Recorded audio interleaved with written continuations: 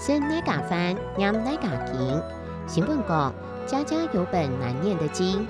为了要减少民众的家事纠纷，苗栗地方法院加设了家事服务中心。虽然讲屋卡从公口用的风雨类似好听说，不过大家家庭未难免会有会烦恼的所在，像前人唔怂有生养子女、亲子教育、婚姻观点、对象选择、人生规划、两子家养、两子所也等问题，实在真好人心事。面对唔想同人讲嘅苦同难处，大家除开罗心八度，相爱团结解开之外，难免会讨谈讲生哪家饭，念哪家己。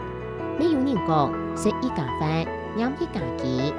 同样，经营各行各业，兼采遇到各种唔想人哋嘅烦恼，又未做得讲生哪家饭，念哪家己。遐句话唔但且面对自家关心，唔想同人讲，又爱怪人嘅下讲得，未做得拿来安慰有一种情形嘅人，也就是千万为难人。我总系觉得，像自家有几多事情爱烦心，别人没有唔抵得嘅手里，讲唔得出罪。可是有样，一个状元，一个令，一个和尚，一本经，都各有见解。